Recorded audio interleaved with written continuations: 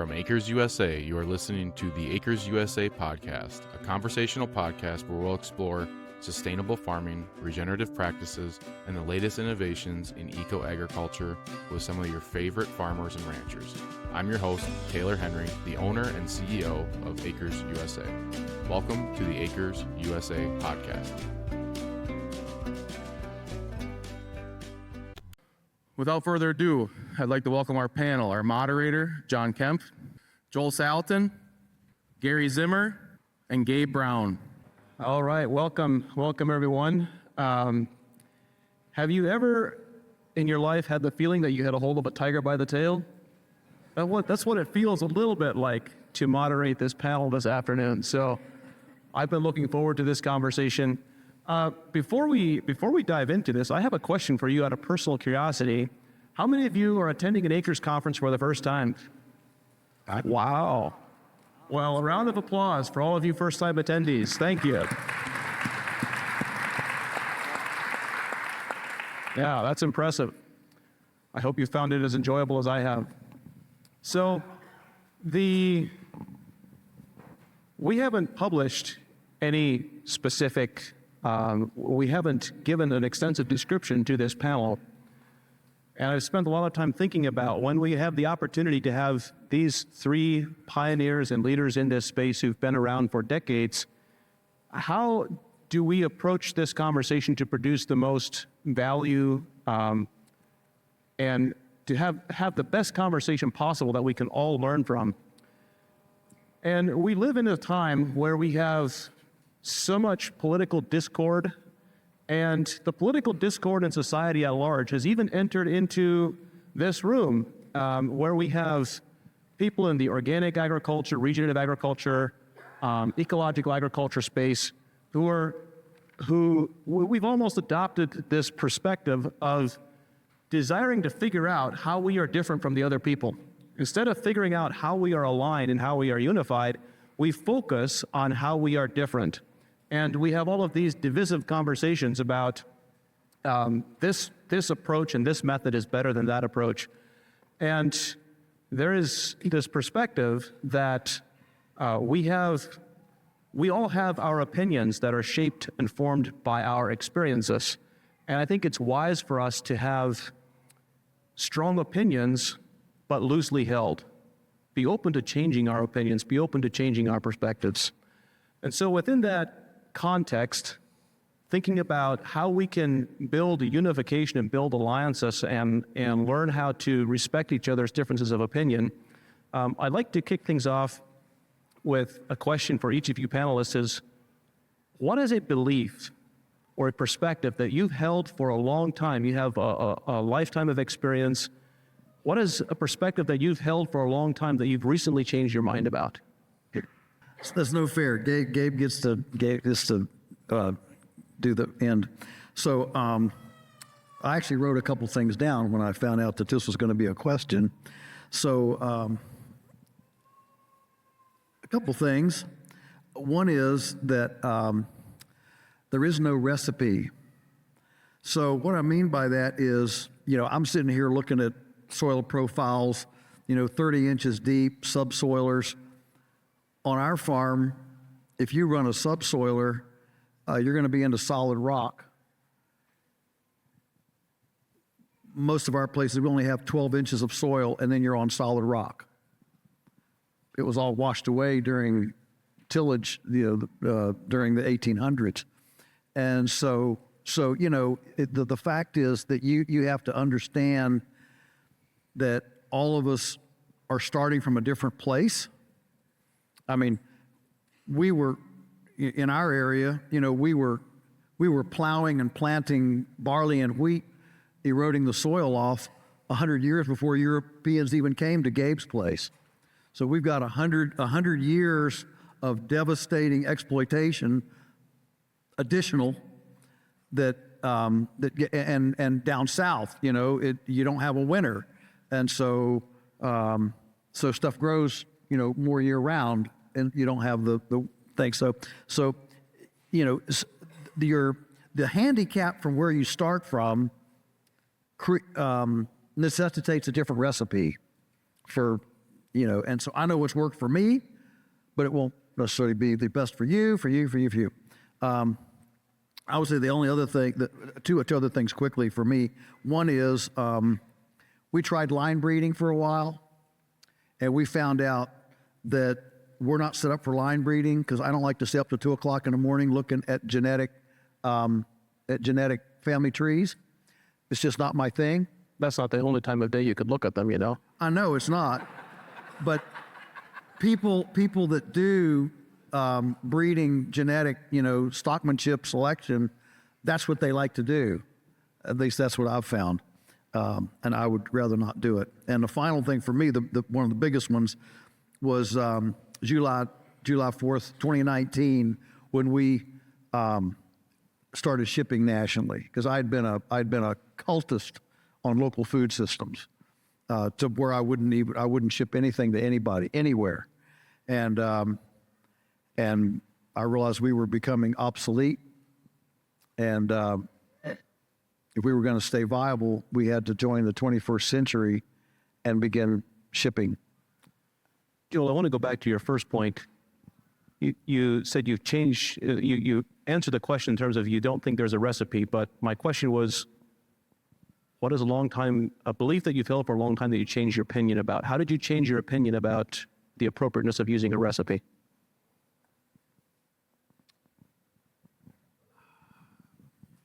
I'm not going to let you off the hook quite that easy, Yeah, well, that was the weakest of the three. I'll just admit that. Well,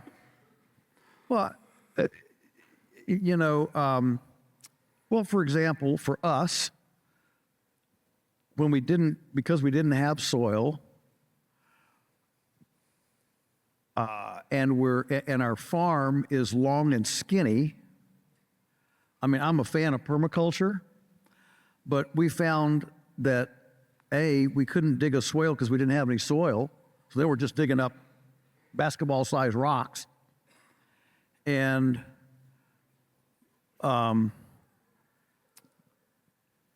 so that became a non-option. And then, of course, you've got the idea of, I remember once early on trying to follow a light tillage cover crop, plant a to increase fertility, and again, there was no soil. There was just rocks.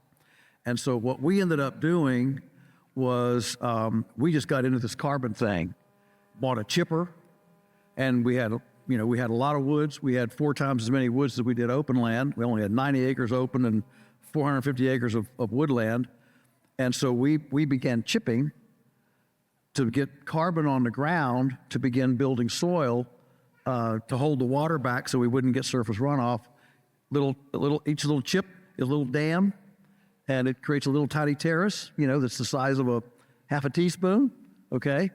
But, those things gradually started building the soil to where, we had so little soil early on in the 60s. Dad poured concrete and used car tires, and we'd stack them on the tractor platform, and my brother and I were little kids, and we could heave them off along the field as he drove. He'd stick electric fence stakes in the half-inch pipe he put in the concrete tires, like volleyball stanchions, to hold up the electric fence stakes, because we didn't have enough soil to hold up electric fence stakes.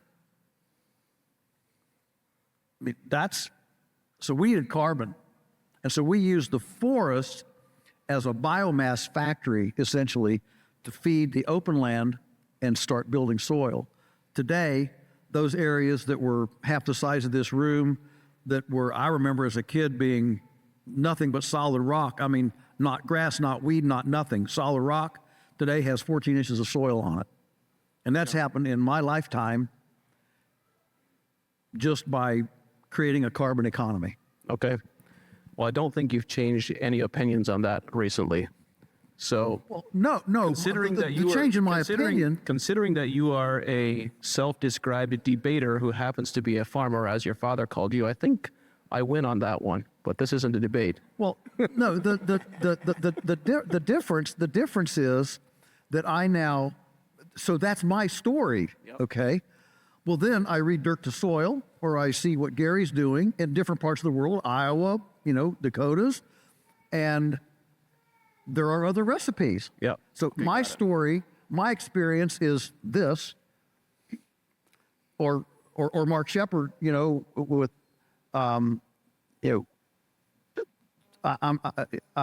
that's my story, but I'm very much appreciative. Other people in different climates, different soils, different contexts can have a different recipe to get to the same place. Perfect. Yeah. Thank you, Joel. Yeah. All right, Gary, over to you. What have you changed your mind about? He's a hard master, boy, I'll tell you. Well, first we can say it isn't who's right, it's what's right. I've been attending this for 40 years, and I've been speaking at it for 30 years. So some of you I know weren't born yet. And so originally I saw things come and go, magic little wands. In the beginning, when I went to Kansas City, it was radionics and towers of power and booms and sounds. My cousin was a veterinarian. He went with me, and he said, wow, there's radionics, little boxes and all that. Well, you see, I'm not saying there wasn't some merit to that, but you see, that was a piece of somebody's puzzle. And then a lot of things have really come and gone. And so this got started with Albrecht and soil balance. I'm a dairy nutrition guy that went after creating super feed for dairy cows. And there's a lot of ways to probably achieve that, but there's a lot of base ground. So that I was always a mineral balancer. And I don't think we can lose sight of the fact that there's minerals, there's biology, and there's physical properties involved. And so in the beginning, for me, it was just minerals. And I started my company, called it Midwestern BioAg, because I wanted people to focus on biology.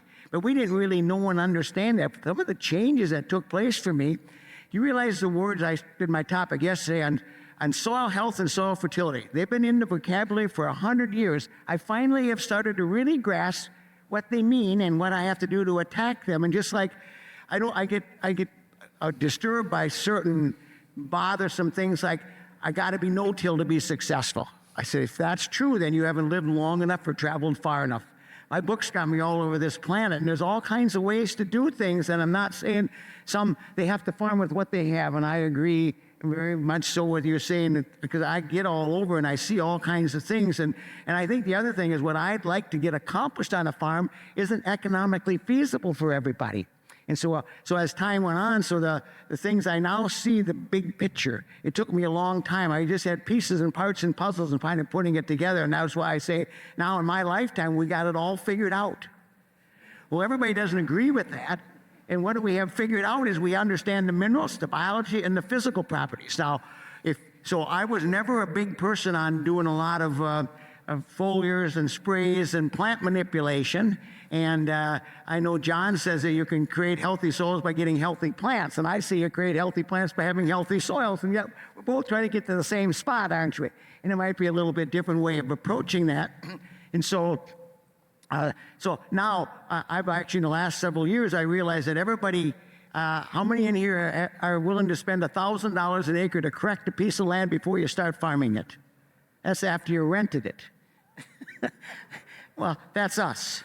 Because we now know where we're going and we know where we're trying to get. So we spend, in transition to organic, in those 2 years, we do everything we can to get those soils healthy and mineralized. But we also now have dabbed around with biologicals, and we work with a product that's a gelling agent to hold nutrients. So we realize that minerals ought to be in the carbon biological, but everybody can't start there. Everybody can't have we've been at it for 40 years. You see, we're in a different mentality and a mindset, but don't lose sight of the fact that like I said, right now, the focus on your farm ought to not be whether I till or don't till, whether I have livestock or don't have livestock.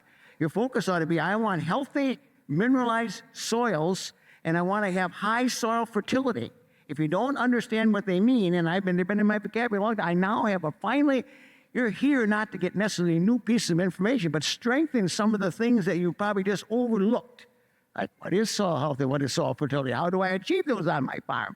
And so I think that's some of the newer stuff to me. So I never quit learning, but a lot of it's my experiences and working with a lot of you folks and traveling the countryside that have really strengthened my beliefs and understandings about, and I've stood toe to toe with a lot of people in my lifetime, and I've learned to kind of accept what they believe and where they believe, and I've been very controversial about some things about here, and people really know that. So I've been blessed, and You being controversial? I don't know, have I?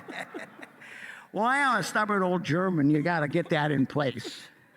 So anyway, I think it's a clarification what you're really coming here for. You got some wild ideas, and like I said, don't get hung up on what's right and what's not right. It's how to make the system work on your farm, and that's exactly what we just heard here. So, thank you, Gary. To me, something that I've changed my mind on. Well, gee, John, for a long time I thought you were kind of stuck up, but I've learned otherwise. I'm just kidding. John and I have always gotten along real well. Gary and I, maybe not so much. No, I'm kidding. I'm kidding. You got to lighten this up. So what I've changed my mind on since, the 40 years I've been going down this path, it seems 30 plus years anyway. I used to be, I'm always kind of outspoken, but I used to not spend much time with the business corporate side of things, trying to change their minds. And now I've really found over the past several years that we need everybody to come together and find common ground for common good. So now I spend the majority of my time talking to CEOs, board of directors, heads of sustainability. And why I do that is to tell them the story that the farmer and rancher is the most important thing to their business, and why that is, why they should care about their supply chain instead of just trying to source the cheapest product possible. So that's something that I've changed my mind on lately. And yeah,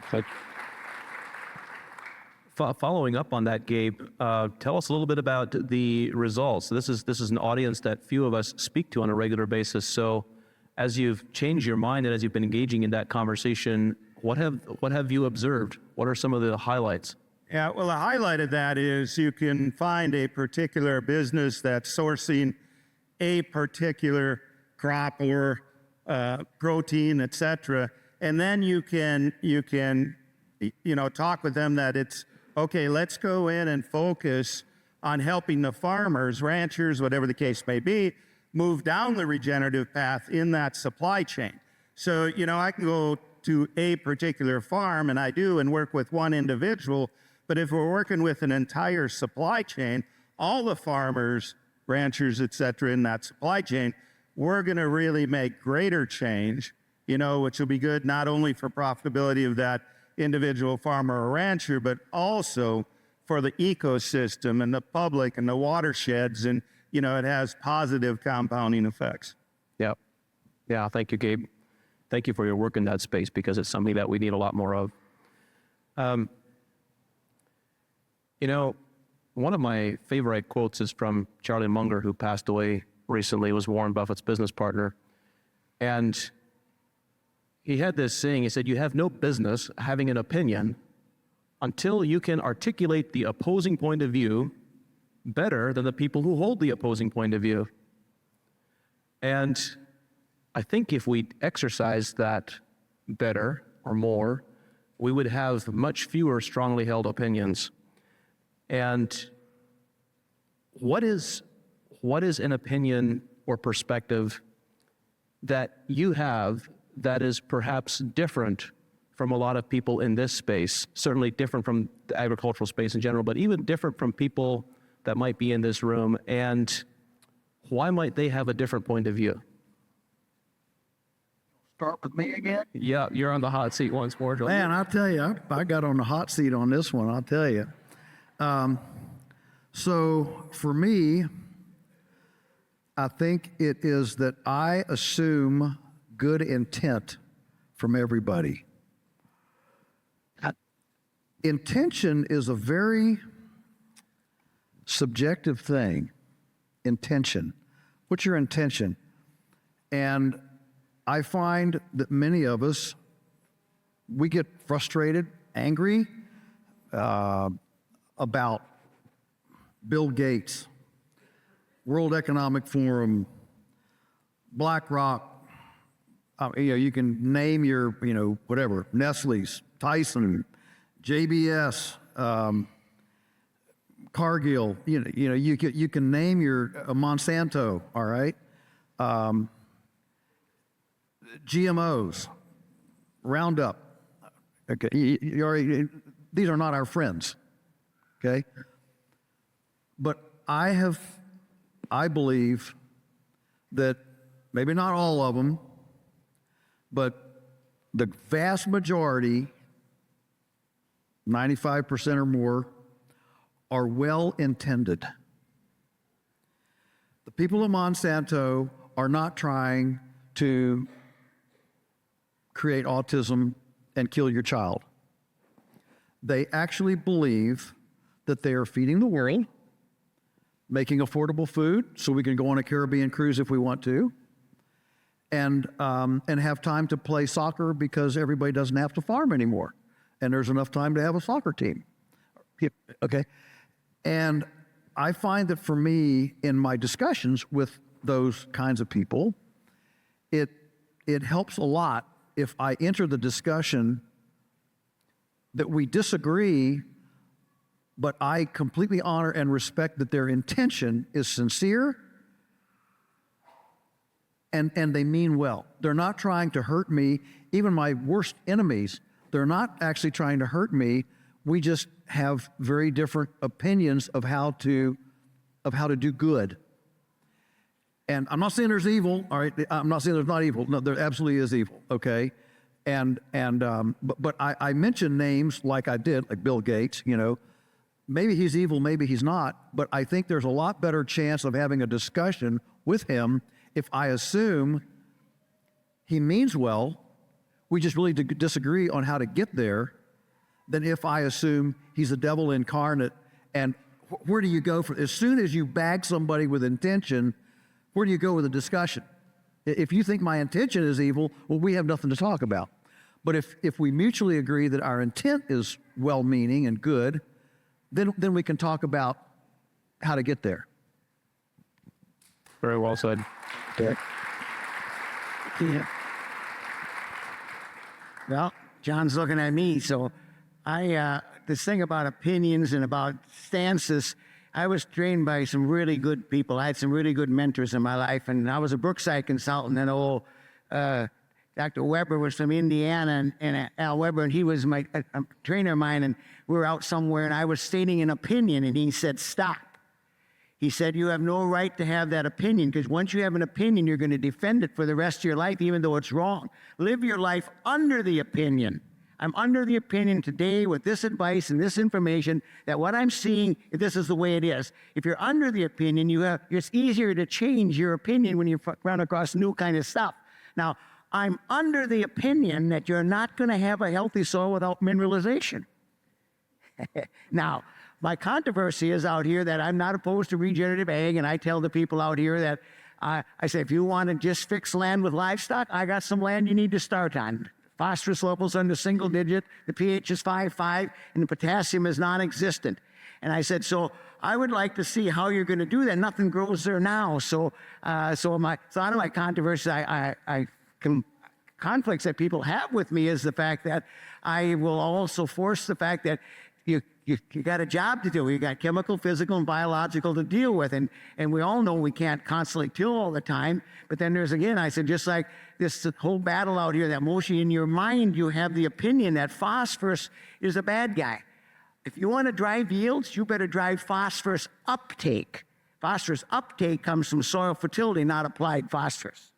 And so whether you get in micro-ride, wherever you get to do that. So I think if you look at, the stances I've taken out here, and then I've been criticized for a few of them, understandably so, but I've followed a lot of farms, a lot of situations, and that's why I said, if you're under the opinion that you need to get rid of tillage, you better learn how to get healthy mineralized soils first. You're going to have to earn the right for every change you make in a positive direction. You just don't jump off the cliff and hope you can fly.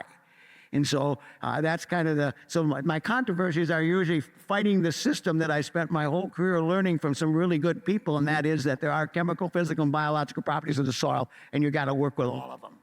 And there is no one exact way to do that. And so I remember vividly, thanks, Garrett.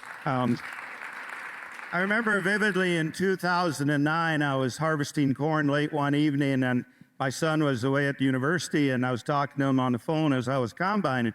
I was combining that corn, and I was kind of complaining to him that the yield wasn't what I thought it should be. And he said, "Dad, you're trying to outproduce our environment." And that was just like a brick hit me. And I just thought about that, how so often we're solely focused on yield. And that really shifted to my mind to one that I think there's many places we're trying to outproduce our environment. We're able to do that, but at great cost to not only an expense, but ecologically, to the environment, to the resource. And from that day on, I never, ever focus on yield. I focus on profitability. And we've been profitable on ever since. Even in the years 2020, 21, 22 were the 3 driest years in recorded history there in Bismarck. And we harvested a crop all 3 years, and a profitable crop where the neighbors only harvested 1 out of the 3. And it's because wherever you're at, you have to farm a ranch in your context, like Joel said. We each have so much sunlight, so much moisture. And I really believe for the good of society that we need to concentrate more on working within the constraints of our environment and not trying to force our will on nature. It's very well said. Thank you, Gabe. Good. Hey there. Did you attend our EcoAg conference this year in Madison, Wisconsin? Well, if you didn't, or if you did, we've got the recordings now available. Get on-demand access to every session with the EcoAg recordings. Learn directly from the pioneers of soil health, livestock integration, and profitable regenerative systems, all at your own pace. Speakers include Gabe Brown, Alan Williams, John Kempf, Joel Salatin, and a lot more. We also have additional products that include the full-day workshops done by Matt Powers, John Kempf, Nigel Palmer, Jordan Green, Mark Shepard, and Austin Unruh. These workshops are in depth and will help you dig deep on the presenters' topics. Grab your recordings now at conference.eco-ag.com/24 recordings or find the link in the notes. Because the best investment you can make is in your own knowledge. Now back to the show. Gary, I'm going to, coming back to you, you were under the opinion that we need to address soil mineralization and mineral balance. Why is it, the second part of the question that I asked at the beginning is, why might others have a different point of view? Why might others disagree with you? Well, I think why do they disagree with that fact? And I think the fact is that I can still produce a crop. I can manipulate the plant and I can do some of those things. You got to realize where my focus is going. And maybe we don't have your shallow soil, but we have some pretty marginal land. We farm just 40 miles west of here. And it's eroded away also. You know, it's limestone rock soils out there. And so our whole focus on our farm is the fact that we're extremely low input. I might have started Midwestern BioAg and we sell a lot of fertilizers. We don't use very many anymore. So my whole goal and objective is not yours. We know my son farms alone on 1,500 acres in a 45-mile circle. He's all certified organic. He's not going to haul spray tanks around. He's not going to go out and foliar feed. He can't get the work done. He's not very good with people, and so he'd rather be alone, and he'd rather work all night than with the headlights knocked out of his tractor. No, it's a side story here. And so I think the fact that I can do it, there's a lot of ways I can do it. If I don't fix the soil, I'm constantly going to be spoon-fed. If I eat junk food, I'm constantly need to take a handful of pills, whether they're drugs from the doctor or some other pills to stay functional. I also have another choice, and that choice is if I can get the foods into me right and get the high nutritional, high quality foods with all kinds of things that my body's got to fight against, that I don't really need those things anymore. And I think that's the way the soil in my mind, that's why I'd like to get most everybody I work with. That's not feasible for everybody's types of soil. And so I think the fight I have, because I know in my years of doing this, I'm under the opinion that in all the years I've been doing this thing out here, that most soils can be dramatically improved. Now, 20 years ago in this country, there was nobody flying on a fungicide on corn. 3 times a year, my neighbors are flying on fungicides, and their fields are wiped out with tar spot. We can't even find it on our fields, and we're across the fence. Maybe we got good fences. I don't know. whatever it might be. So I think what gets me, all the years and things I followed is if you get the base right, the objective to that is that I shouldn't have to tap into all the other stuff. Now, I realize that you can take things a long ways, and I think you're absolutely, I'm on your page. We're in the only industry where yield, you go to a farmer and say, I'm getting 100 pounds of milk a cow a day. Oh, I had 250 bushel corn. I had 300 bushel corn. They're all yield and volume driven, and yet they drive the price down by doing that. And so I'm one of those guys that say, yeah, I want to get it profitable, but I want to get my soil fixed. I think everybody wants to get where my son is in farming. And we buy sulfur and boron, and we got a really unique closed system. We don't import much. We don't bring much onto the farm, but we don't export much. We only bring off grain, and we do huge amounts of cover crops. And people cannot come to my farm. I had a guy at the Dairy Expo from Australia, and he could not stand being on my farm and seeing these beautiful cover crops that I wasn't going to harvest and haul away. He couldn't grasp the fact that I was going to put them back in the ground. He said, "Are you going to graze these things?" I said, "We don't have any fences. We don't have any livestock." And he just couldn't get over that thing. And so I tried to explain to him there, but he had his little marks in that thing. So I'm doing it because I think everybody should do that first. Everybody should eat really good first. And if you need a pill or a drug or a supplement, then go for it. But get your base right first. And that food and soil are those bases. So, not to start an argument here,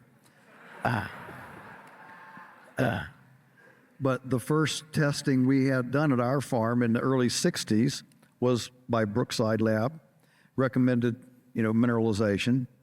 And so we had a friend that was an early disciple, and we shared a train car load of soft rock phosphate with him. So he could get it cheaper.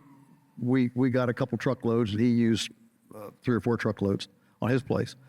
And we didn't see any benefit whatsoever, nothing. Phil Callahan came along, paramagnetic rock. Remember Phil Callahan, paramagnetic rock. We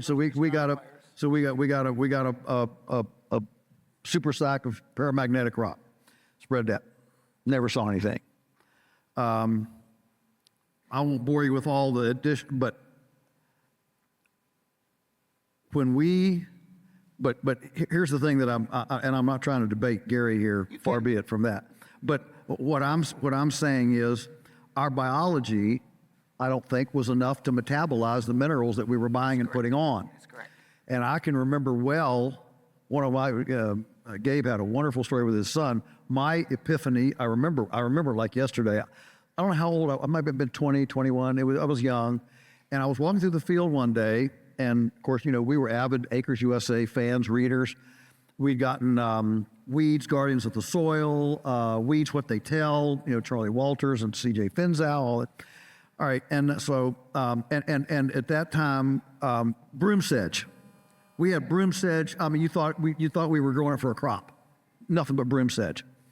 And I look in the book, and broom sedge is low calcium. Low calcium, other things, but primarily poverty soil, low calcium. I'm walking through the field one day, and here is a red clover coming right up through the middle of a broom sedge. It wasn't robust, it was spindly, but there was a nice, beautiful pink blossom on red clover.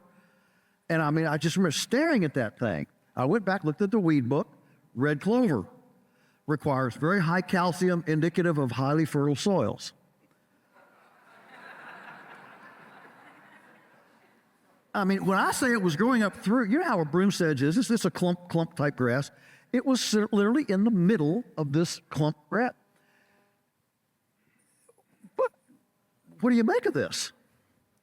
And I think what I was seeing, and what is turned now we don't have any broom sedge at all. I mean, you can't find a single plant on the place. Lots of red clover. We never planted a seed. We never applied any mineral.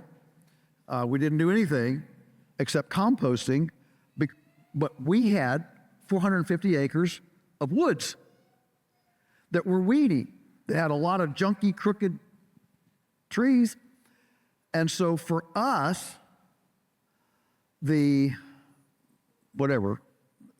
efficacious thing was to work on the biology, feed carbon, The carbon then made carbonic acid as it decomposed. The carbonic acid, remember I talked about our rocks? Our rocks were really close to the surface. I mean, a lot of places we can't put fence posts in, okay? And so that biological cycle being fed carbon accessed the mineral. And so I've got to finish it with this. Since I went this far, buried myself this far, I got to finish it with this. So we had a friend about 4 years ago, bought a property near us, and he wanted to do soil testing and get a benchmark. And so he's going to send them to Neil Kinsey. We all love Neil Kinsey. This is not a diss or anything. And I recommended him. I said, send us to Neil Kinsey if you want a mineral analysis. Okay. So he said, just so I know what I'm doing here, just to have a comparison, got to take some soil samples from your place and send them in to Neil. He won't label it. It'll just be A, B, C, D. He didn't say it was coming from our place. And I said, well, sure, take whatever samples you want. So he took several samples. He sent them all in, A, B, C, D, E, F. All the ones from ours came back completely saturated, no mineral needed. From Neil Kinsey, who almost always recommends a mineral. We've never applied a bag of mineral. We've never applied anything from off the farm, but we have really gotten onto the carbon economy. And whether it's cover crops, wood chips, the carbon economy, for us, that has worked beautifully. There's a lot of ways to mineralize soils. Yeah, that's right. You got these fresh green clippings in this compost. You got all those chickens that you buy grain for every day, either your farm imports or exports.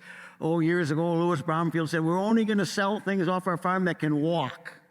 We're not going to sell hay. We're not going to sell crops out here. So there's lots of ways to remineralize that. That load of rock phosphate finally showed up after you started getting biology to go. And that's why there's a chemical, physical, and biological cycle. Without the base rock to pull from, without all the carbon that has minerals in it, or I know Greg, Judy, and something, I use hay. I got neighbors they milk a lot of cows. They refuse to buy fertilizer, and they're friends of mine, but they bought 600 tons of hay their first year of farming. I'm sorry, there's minerals in that hay. And their salt hills are like yours. No, they're off the charts. They're absolutely wonderful, but they buy grain for their cows and they buy hay. Well, of course, they didn't have to buy a bag of minerals. And so there's all kinds of ways you got to remineralize by extracting some of the stuff that was there because there was a base and because you have the imported minerals from your green clippings and from your grain you fed your chickens. Gabe, you want to chime in there? Yeah, it occurred to me while these guys are talking that tomorrow when I get home, I'm going to go by the cemetery and I'm going to say a prayer thanking my ancestors that they passed by Virginia and Wisconsin and Iowa, went to North Dakota.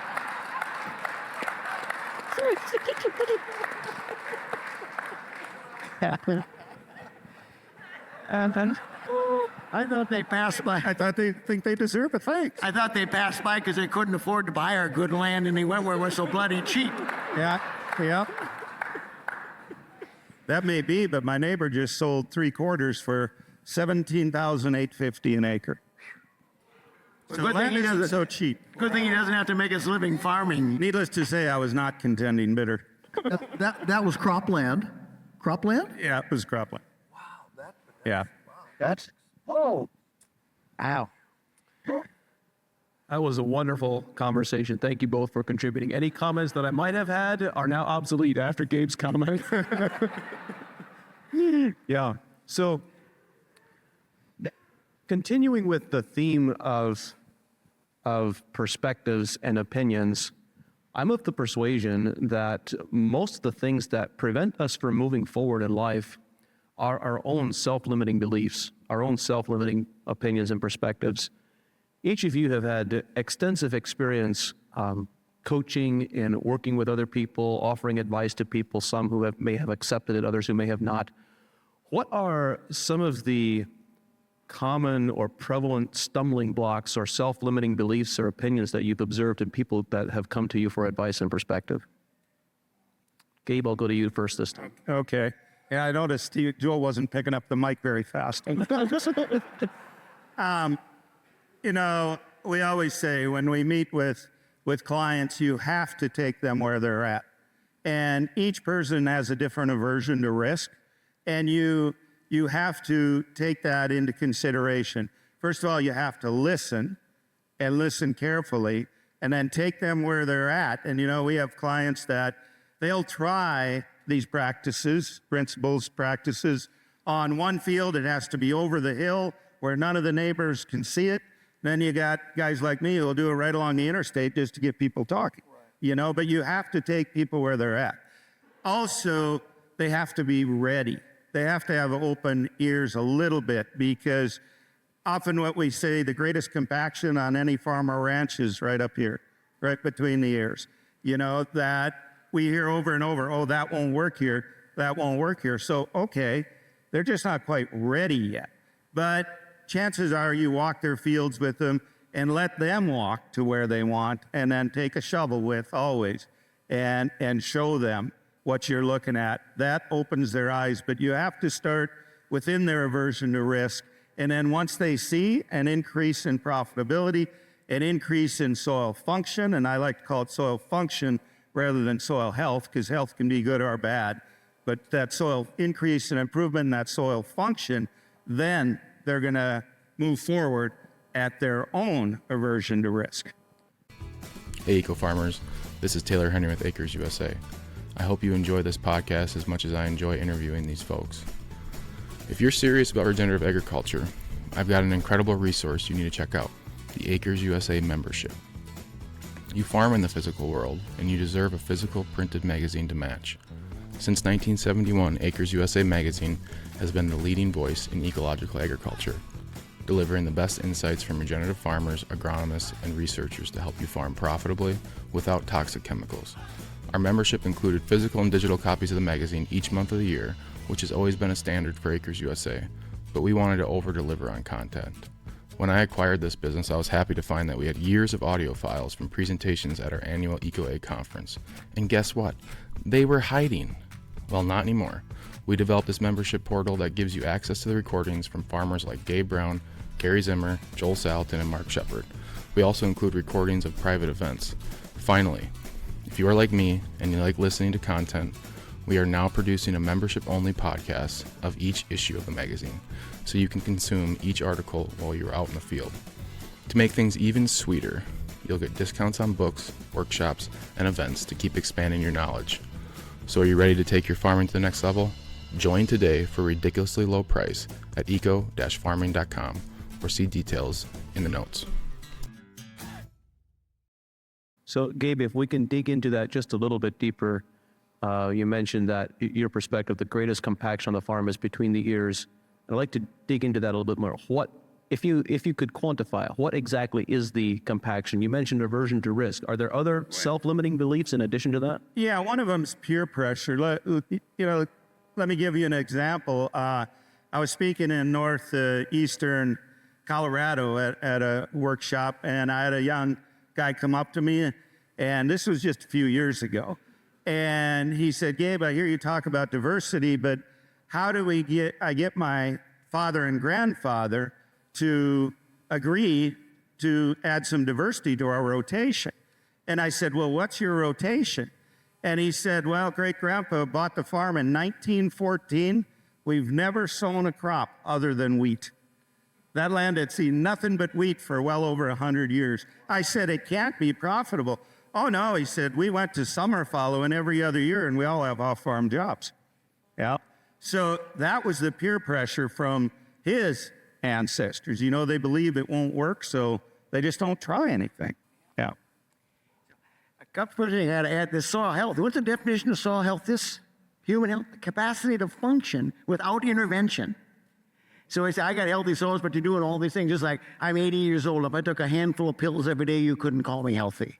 And I always joke about it. I said, the best way not to take pills every day is never go to a doctor. See, then you don't have to take any. But, I look at that and I said, I agree with all that thing about the peer pressure. See, we are in a time that's so different. I tell people, years ago, we depend upon university research, which is fine. If you're in Wisconsin and you got black, rich prairie soils and a dairy farm on the end of it, on the end of your field, and their research fits you. What we got going today is We can test things on farms, whether it got a biologic, and you got to test them for several years. And we got global positioning. We can monitor what's going on with the crop. We got yield monitors. We got every farm ought to be its own research test. See, most people are not willing to look like an idiot, and that's why they do it over the hill. And you see, but now we can go out there and say, I'm testing out some new products. We have 250 on-farm trials going on this year, where the farmers can actually measure things on their own farm. Now, you got to realize they got yield monitors, but we got global positioning. There's ways to do that and replicate that and get an idea, does that really fit me? It sounded really good. See, people that sell it really believe in it because they saw it to work someplace. Most people are basically honest. I agree with you, but they might have got sidetracked somewhere along the line, but they don't understand that some of the guys that sell products, they probably would like to sell their same product to everybody. They aren't. I said, you better figure out where it fits and where it fails. I brewed up bugs last summer, and I put all kinds of, I foliar sprayed. I was hoping it would fail, and it did. And I was really excited. Now I don't have to do it again. You see, but so I think you got to find out what fits you. Why would that fit me when I'm putting out, why putting out a compost tea fit me when I'm putting out compost and doing all these cover crops? Are you sure that's what I need? There might be things I need, but I could probably test those, but it's not the desire of our farm. So I think the changes that we can see coming in agriculture right now, we're going to eventually figure out what fits where. What's the best move you can make? What's the best first move you can make? And let's do that to get enough profitability to move on.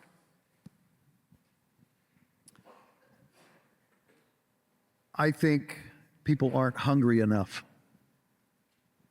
They're not hungry enough, or too much safety nets. Got a safety net of, inherited land, government price supports, a crop insurance, off-farm job, spouse's off-farm job, and I'm very thankful that Teresa and I were living on $300 a month in an attic apartment, driving a $50 car with no TV, and I don't think we've still gone on a vacation in, 45 years. But we were hungry, and it was you ever in a swimming pool, you ever played a jump or dive? You jump off and then somebody yells jump or dive. You either jump or dive. And it's even worse if it's sink or swim, And so for us, it was sink or, and I just think, and all the consulting I do, people I talk, I just think, in general, it's too easy. And so the easy thing, my first thought to the question was wealth. I was going to say wealth. And I find that at least people that I do any consulting for, or people that I meet, the people that aren't wealthy are the ones who take, I think, whatever we're saying up here and run with it faster than wealthy people. I'm just kind of done with wealthy people. I'm just. Aren't you one of them? No, I'm not. Most of our lives, we've lived under the poverty line.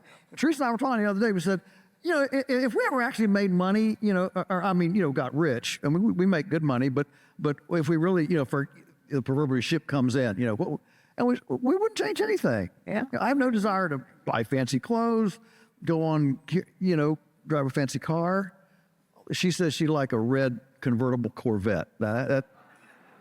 That's grandma coming out, But I can see it already under the Christmas tree. It'll be a little matchbox. Yeah, a little matchbox. That's right. But what I find is that the people that are up against the wall, really hungry, that's when they're ready. Almost nobody makes a change in comfort. They make a change in difficulty. Yeah, exactly right. One of the benefits I had were those 3 years of hail and the year of drought. Banker wasn't going to loan me money, so it was either change or be off the farm. So that was one of the best things that could have happened to me. Not at the time, I didn't think. But in retrospect, right. Tragedy and difficulty always germinate creativity, and so be thankful if you're here today.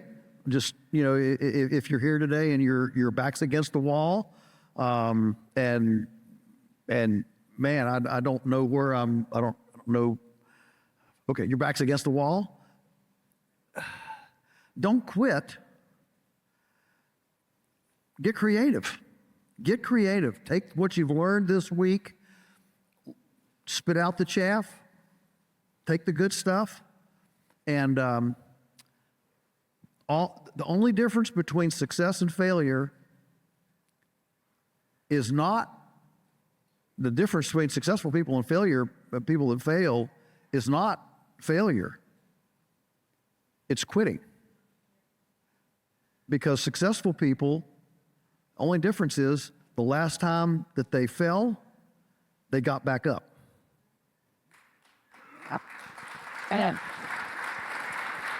Yeah. See, I think another dilemma, and you kind of brought it up, is the fact that I say farmers became slaves to agribusiness. And these big farms, if you're from a really large farm, I don't want to pick on them. I work with some of the largest farms on the planet. But if you're you don't have much of a say. I did a meeting on a 5,000 cow dairy farm, and a young kid just graduated from the university. He was so excited about getting into biological regenerative ag. And I turned to him and I just asked one question. Is anybody on this farm going to listen to you? And he just sat there. You see, how to get change is going to be really, really difficult. How family farms is really, you can make the decisions yourself. It's really hard on some of these big farms. And I always said, some things change one funeral at a time, but boy, oh boy, oh boy. So they get discouraged. They don't find any fun in farming. They don't find the challenge in it because they're a slave to agribusiness. They don't know how to get out of it, or they're a part of a big cog and they have no right to make a decision. So we lost way too many family farms, and I think if we're going to do anything with the government, now that you're going to be a government person, we're going to save family farms. Could you feel that knife a little bit? I'm going to add a thought to this conversation. Something that I've been really puzzled by. I grew up on a family farm, and my father was very innovative and open to change. We changed, of course, we're growing have a vegetable farm, and so we would change crops and we would change our setup Like that. from year to year in response to market demands as needed and as necessary. And in many cases, I've suggested to farmers that perhaps the piece that needs to change is what they're growing. And they get this puzzled expression on their face, like this is going to be so difficult. They have all this capital investment, they have all of these commitments made, and this familiarity with growing a certain thing. And the idea of growing something different seems to be this incredible task. And I've been thinking about why is that? And my perception is that their lives are so full, they are so busy without paying attention and prioritizing the things that actually bring value. On our fruit and vegetable operation, we, on several occasions, found that 80% of our profitability was coming from 20% of our crops. So we might as well have cut out everything else. And we did that on several occasions. We cut out the other crops we were doing. And all of a sudden, it was August and September. It was the middle of the summer growing season. And us boys had time to go fishing. We had time. We had time to be creative. We had time to be innovative because we cut out all of the energy that we were, in essence, wasting. And that's, I think, a challenge of many operations is people are so busy with busy work that they don't have the time to be creative. It feels like an impossible burden to consider doing something new. Yeah, most breakthroughs are break-withs. Yeah. So that's an interesting thing because I've been in the fertilizer business all these years, and I think it even Taylor brought it up. My company's reputation is that we're not stable because we're constantly changing. Well, if I find a better way to make a fertilizer, I'm going to change, but I don't have the same fertilizers I started with. It's like you said, that to make a change out here. So if I can come along with a better way of doing something, wouldn't it make sense to do it instead of saying, why even pay attention? I just let that idea fly because we constantly kind of make something a little bit better, but there's a lot of pressure not to change too. Yep. So a different take on the last question that I asked the question of what are the common self-limiting beliefs that you encounter? And I'd like to ask the opposite of that. What are the characteristics that you encounter that are commonly present in people who go on to exceptional success, to be exceptional farm managers? You mentioned one aspect, Joel, of people not quitting and just being persistent. But what are some of the other characteristics that you see of people who go on to exceptional success. Yes, Gabe? Yeah, lifelong learners, without a doubt. They have to be inquisitive and want to learn. You know, the more I know I don't know.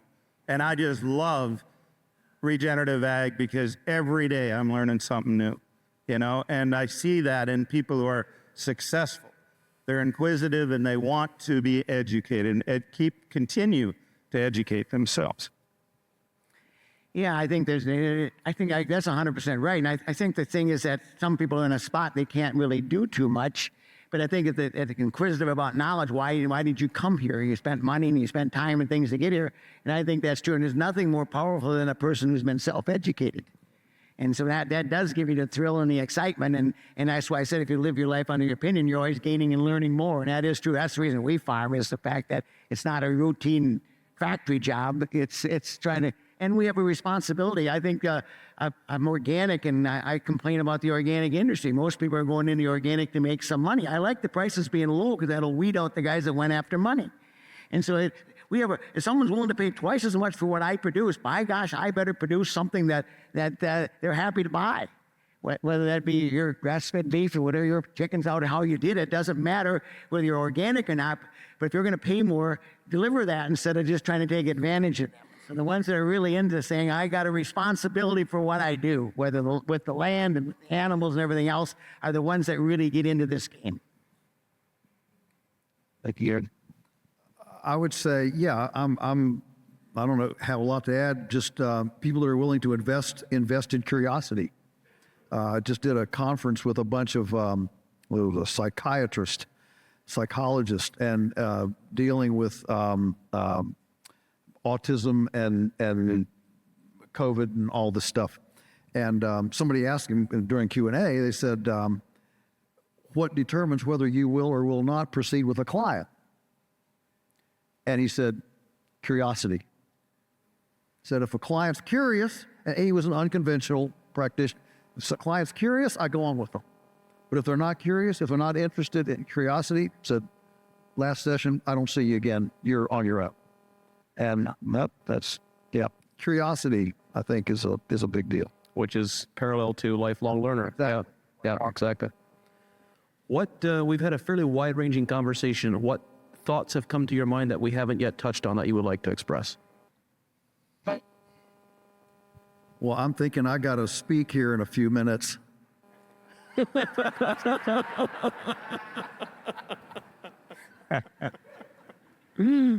You're incorrigible, Joel. All right, we're coming up on the clock. I want to say thank you to all of you for being here. Thank you to our wonderful panelists for this great conversation. Let's all give them a round of applause. Thank you very much.